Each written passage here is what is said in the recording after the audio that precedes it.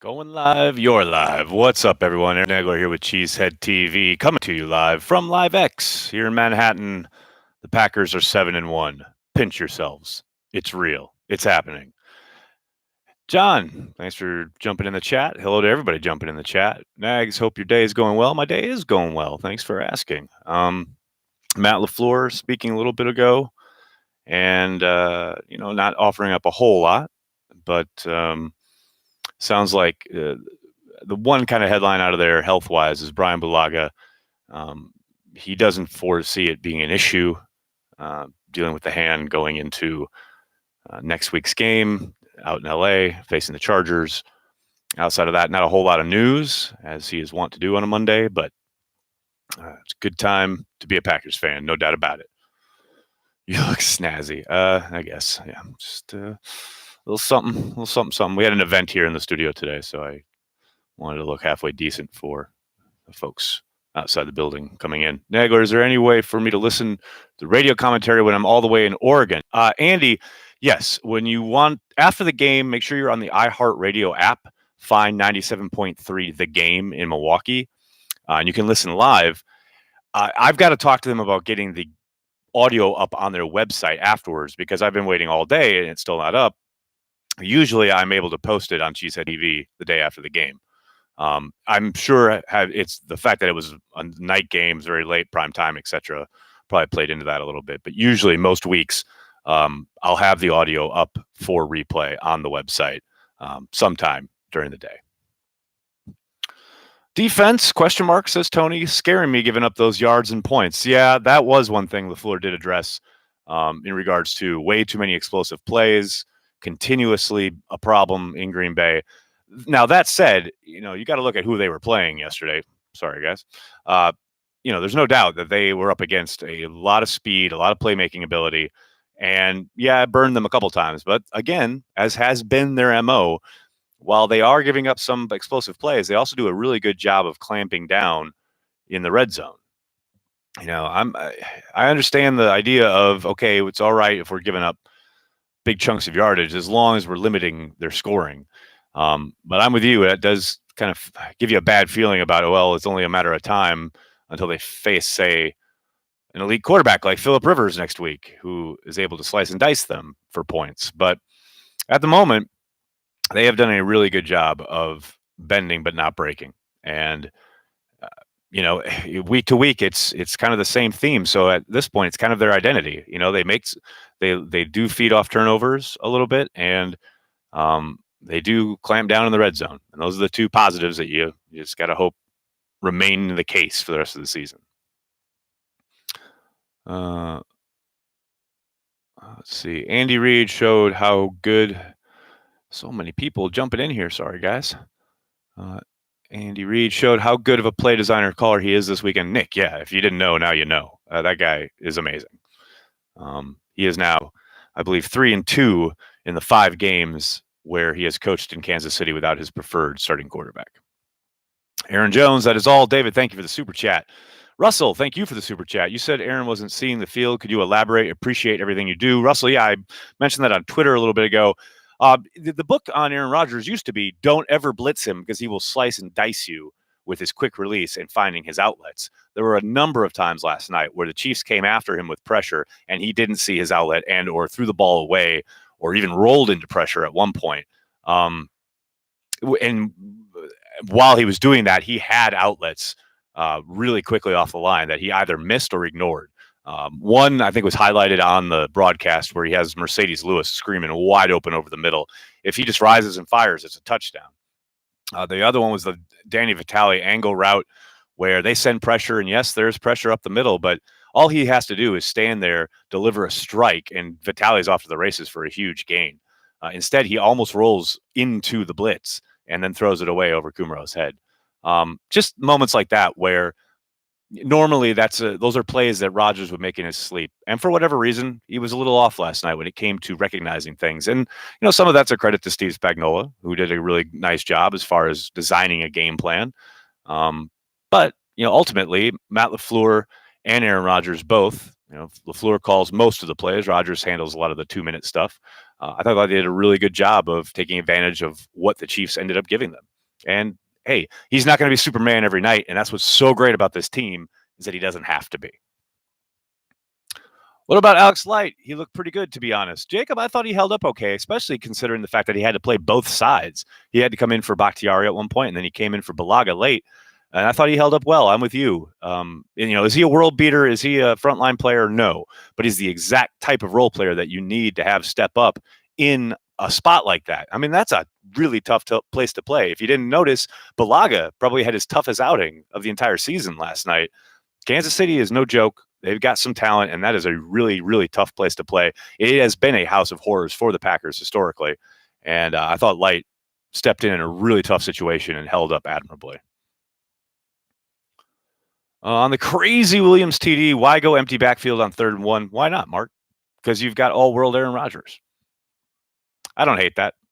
I mean, that's modern football.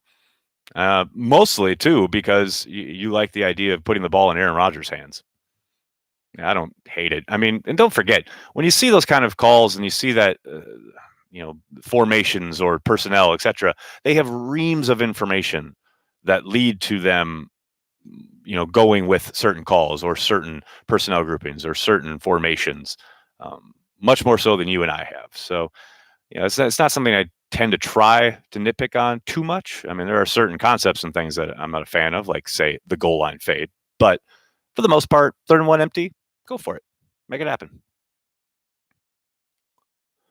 Has Balaga unblocked you on Twitter yet? No, that'll never happen. Last time I was in town, I was in the locker room, and he and Bakhtiari were walking by, and Bakhtiari said, "Hey, Aaron, what's up?" And blah, blah, blah. And we shook hands, and Balaga just ghosted me. Not a word. He is not a Cheesehead TV fan. I had a really good question last night, but drank it away. I like that. Demartel Gilbert, thank you so much. Thanks for the super chat. 33 wanted to be a dual threat, mission accomplished. You got that right. Absolutely was a goal, a stated goal this offseason that he wanted to be able to do it all, including staying on the field and obvious passing downs. And that's one of the reasons he worked so hard on his pass pro. And those results certainly look good. Are you disappointed Gutekunst made no moves today? No, I love this team. Not disappointed at all. I mean, and it's not over yet. Deadline hasn't come and gone yet. Jake, thank you for the super chat. Nags, what happened to Kenny Clark? He's been almost invisible since the Broncos game, and our run D shouldn't be this bad with him in the middle. Yes and no. I mean, a lot of the action that teams have used have gone away from Kenny Clark.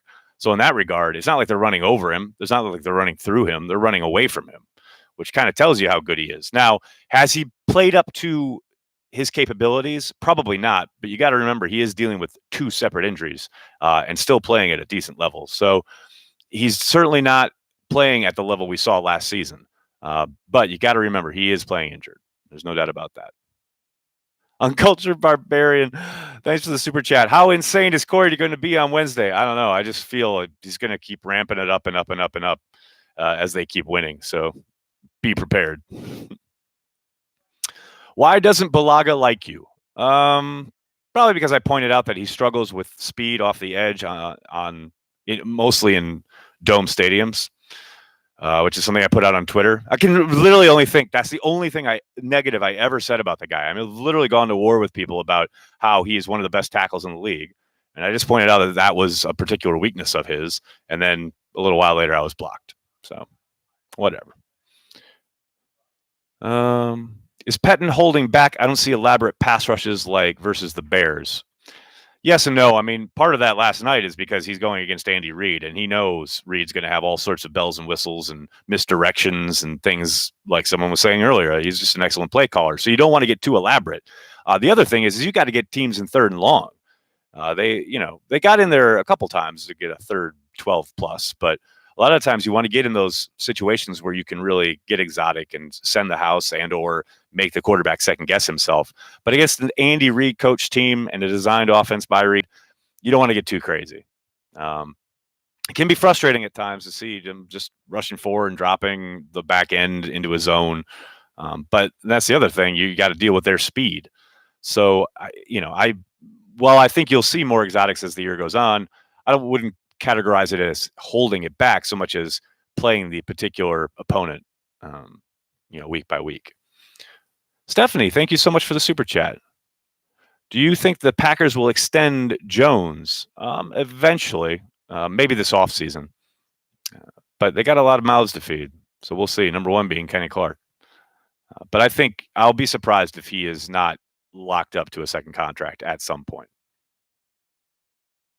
Are you concerned? Let's see. Are you concerned that the Packers defense is going to struggle against run-heavy teams like the 49ers? No, I'm not concerned. It is certainly something they're going to have to prepare for. But hey, got to go 1-0 every week, right? And this week it's the San Diego, RIP, LA Chargers. Disgusting that Packer fans are talking crap about Martinez. He was out there with a club on. Well, Whiskey, to an extent, I agree. However, you go between the white lines, you're going to be judged accordingly. It's like the Kenny Clark thing. Yeah, you can say the caveat of, yes, he's playing injured, which Martinez most certainly was. But if you're out there, you can't be a detriment to your team. And Martinez, in particular, that play that went to the Kelsey touchdown, got caught looking in the backfield at all the window dressing. I mean, that was a brutal play. Yes, he was gutting it out for the team, and that is admirable. But you still got to bring it. And I didn't think Blake had a particularly great game, but he was active, as he usually is. James, thank you for the super chat. Can't help but feel like Ty Montgomery would have been a great fit in this Matt LaFleur offense. What do you think? Yeah, it'd have been fun to see him. But then we wouldn't have been able to see Aaron Jones go all crazy. And I love Jamal Williams. So, really, Ty, his time in Green Bay had come to an end, especially with that locker room moment that last week. Will Raven Green be back? It's a possibility. We'll see. They've used one of their allotted IR, designated to return spots, on Jay Sternberger. They have one more that they can use this year. He's probably a very good candidate. But before that happens, they're practicing Ibrahim Campbell these last couple of weeks. They've got one more week to make the decision whether to activate him off PUP or lock him down on IR for the rest of the year. I think Campbell will come back and get into the mix sooner rather than later. Where is Tony Brown? Playing special teams, Jacob. Stefan, thank you so much for the super chat. Go Pack Go. Greetings from Germany to all of you. Shout out across the pond. Hello from New York City and from all over the world. What's your assessment of MVS at the halfway stage of the season? Oh, he's not getting a ton of opportunities, but I think he's coming along. I think he's still very raw, but I'd like to see him get a few more calls as far as being, plays designed for him. I mean, when he gets those big shot plays drawn up, Rodgers either underthrows him or misses him, but he's produced when called upon. He just hasn't got a ton of opportunities. I think he had 4 targets yesterday, 2 catches. Maybe it was 3 targets, 2 catches. So it's not like he's getting fed the ball a lot. But I think more often than not, when he's called upon, he delivers. And I'd like to see that done just a little bit more. But coming along nicely, I think. Lazard played the most snaps at wide receiver this week, signed a bigger role. Yeah, Brant, that's 2 weeks in a row now where he's played a lot of snaps. You have to think he's in line probably to take over that number 2 role, such as it is, when Davante comes back. But again, I don't think he's ever going to be a featured guy as far as getting a ton of targets. Nobody is in this offense outside of Davante, Aaron Jones, and Jimmy Graham. Those are your big 3. Robin, thank you for the super chat. Very nice of you. Jimmy Graham can block. What? Ryan, I mentioned this on the postgame show last night. It's not something that's been talked about a whole lot this year. The narrative is set. Jimmy Graham can't block, et cetera, et cetera. But what isn't being talked about is how hard he has worked at it and improved. No, he's never going to be Mercedes Lewis. He's never going to be a guy who really gets out there and wows you with his prowess in the blocking game. But both in pass pro and in the run game, he did some really nice work last night. And that's a couple weeks now where he's done really good work blocking away from the ball. So, hey, we get down on Jimmy a lot for the drops, and Rodgers always looking to him, et cetera. But you got to give the guy props. He is quietly away from the media, as he was fined $25,000 for not talking to the media prior to this week. He's quietly gone about his business. He's a pro's pro. And especially when it comes to the blocking, he has really worked hard to improve at it. Now, again, he's never going to be lights out in that part of the game. But props for being a pro, and even at his advanced age, still recognizing that he's got to work on something, and the results are on the field. You're just talking about it. He's really improved in that regard. But Jair's tackle was solid at the end. Tackling counts. Who would have thought it? Man, they needed more of that throughout the game. Jenkins looks excellent. Peter, I couldn't agree more. This kid, I mean, he's just stepped in and just not missed a beat. He looks like a 10-year vet. He's been really impressive. He's still going to have moments, of course, as a rookie, but for the most part, that is looking like a home run draft pick early on anyway. Aaron freaking Rodgers. That's it. That's the comment. I like it. Think Goody makes any moves? The question of the next 24 hours, right?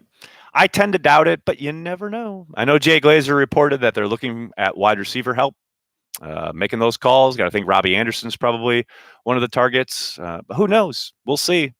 I don't think he's going to go swinging for the fences with big-time draft capital, but maybe if he finds a bargain somewhere, maybe he makes a move. If LaFleur fires the special teams coordinator after one terrible season, is he our new god? Well, Whiskey, I wouldn't categorize this season as terrible yet for the special teams.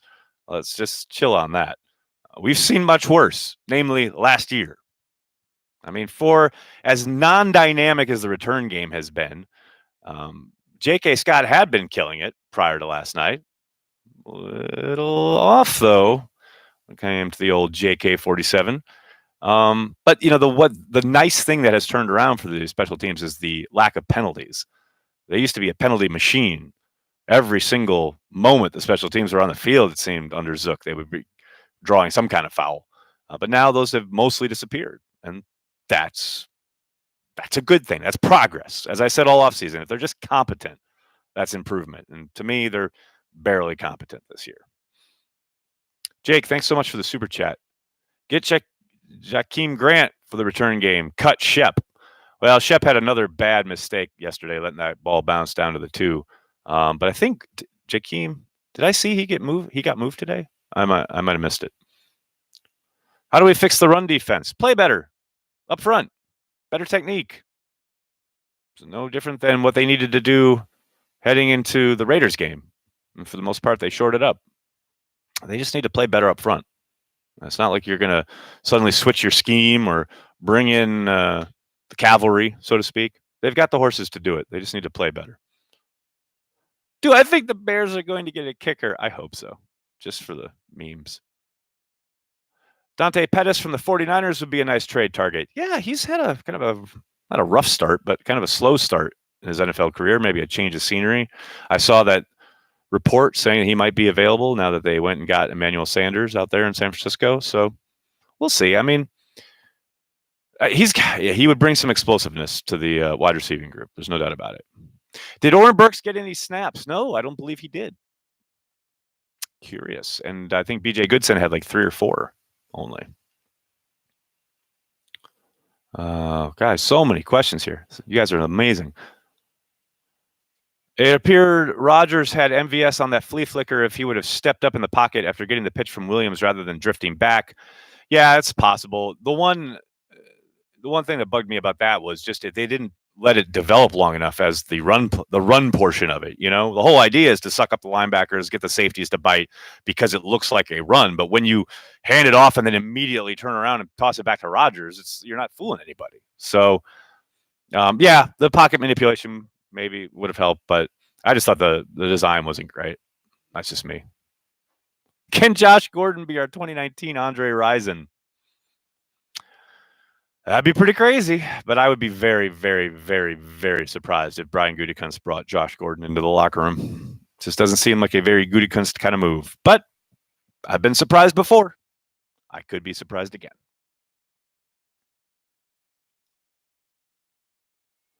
MVS dropped one yesterday, and play action wasn't utilized much. Thoughts?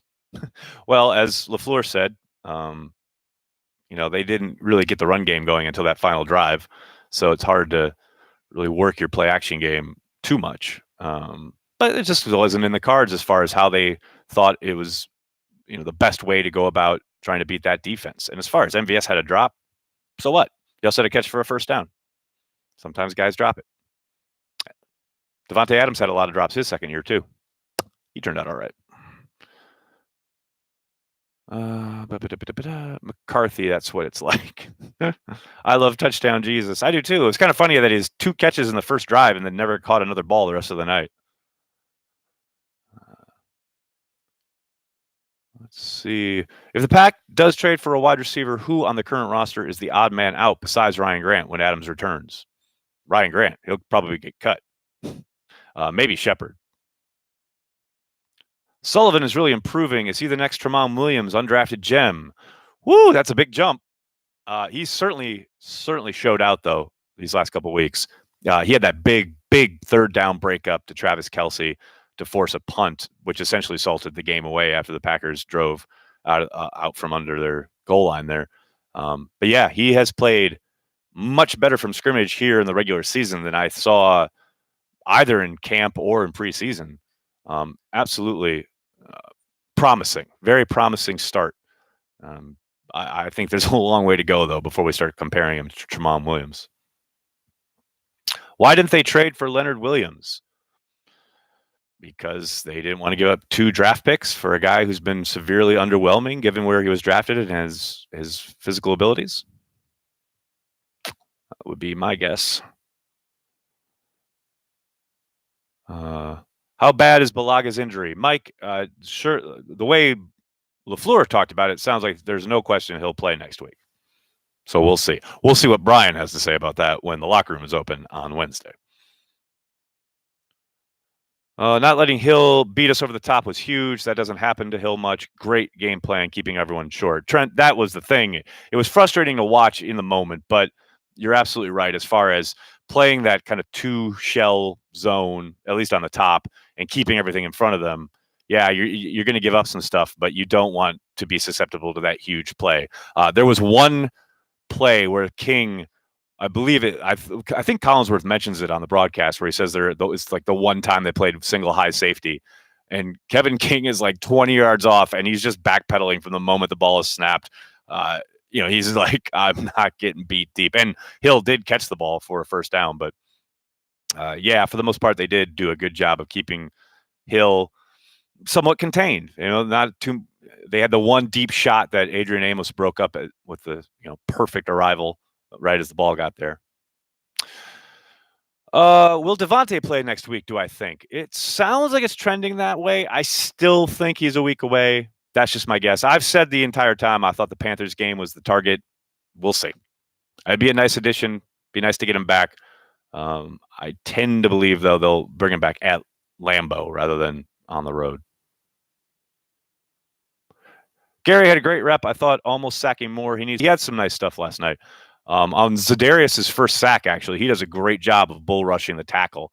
But yeah, I agree. He needs to play more. Right now, as of last night, in last night's game, Fackrell had twice as many reps. And Fackrell's playing well. Don't get it twisted. I think he's doing a good job, but you'd like the 12th overall pick to see the field at some point. And I think it's time. It's been time. Unleash the beast. Let the kid play. Also, you're asking the Smith brothers to play a whole hell of a lot. Both of them went down at one point last night. Give them some rest. I know they want to be out there. I know they're your lead dogs, etc. I get all that. But let the kid play, let the kid develop, and give your big guys some rest. You're going to need them this long stretch here. We got a whole another half of the season to go and hopefully the playoffs. So I hope we see more Gary as the year goes on. Jake, thank you for the super chat. Lazard's blocking a factor on his snap count rise. Well, it doesn't hurt. That's one of the things that LaFleur talked about this summer. It talked about it every day. The ability to block in the running game for wide receivers is paramount in this offense. And they did not have a good start in that regard, any of them, including Davante at the beginning of the season. But that has really improved as the year's gone on, and Lazard is a big part of that. Justin, thank you for the super chat. If someone wanted to cover sports for a living, what would be your advice? Don't. Really don't be beholden to anybody else. Create your own thing. That's what we did at Cheesehead TV. Now, we sacrificed a lot. We, been doing it a long time. But I've seen lots of people come and go. I've seen lots of people get into the business and then get out. For the most part, read everything, write every day, consume everything. You know, got to eat, sleep, and breathe it to the detriment of pretty much everything else in your life. And then maybe you'll make a career out of it. Yeah, it's just the way the landscape is at the moment. And more than anything else, like I said, create your own thing. Find the oxygen. Find some place where not a lot of people are doing whatever it is you want to do or cover whatever you want to cover, and create your own little world. That's I mean, the media conglomerates have bought everything up, and you see things like Sports Illustrated. These content creators are now at the whims of pencil pushers and people with spreadsheets, and you're just a number.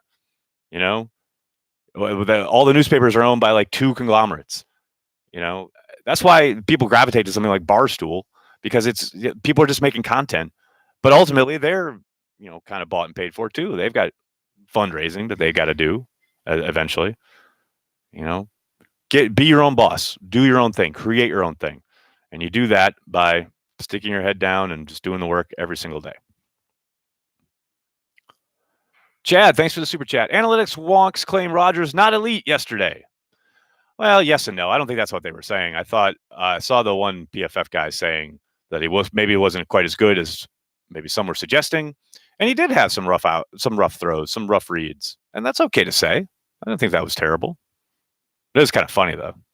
I mean, Aaron Rodgers was still playing at a high level, and to suggest that he was some like scrub last night is kind of ridiculous. But there's nothing wrong with pointing out when Rodgers misses something or isn't maybe quite the superstar all-world god that everyone wants to make him out to be all the time. Daniel, thank you for the super chat. I think we've underrated Packers beating teams coming off a bye, Lions and Raiders and mini bye, Chiefs 3 weeks in a row. Pretty impressive. Daniel, I know it's been talked about in the building, and I know they're anxious to get away from that trend. It'll be nice when they have their bye week heading into that San Francisco game. There's no doubt about it. All right, everybody, I'm going to jump. Thank you so much for all the questions. You guys are absolute legends. Almost 600 of you here on a Monday afternoon after the Packers go to 7-1 on the season. Pinch me. Am I dreaming? No, I'm not. It's reality. The Green Bay Packers are in first place. Thank you so much, everybody. Hit like, hit subscribe. Please subscribe to our YouTube channel. And if you like what we do at Cheesehead TV, consider giving us $5 a month over on our Patreon, patreon.com/CheeseheadTV. It supports not only the video side, but everything we do with the website. I'll be back tomorrow. Thanks so much, everybody. Have a great night.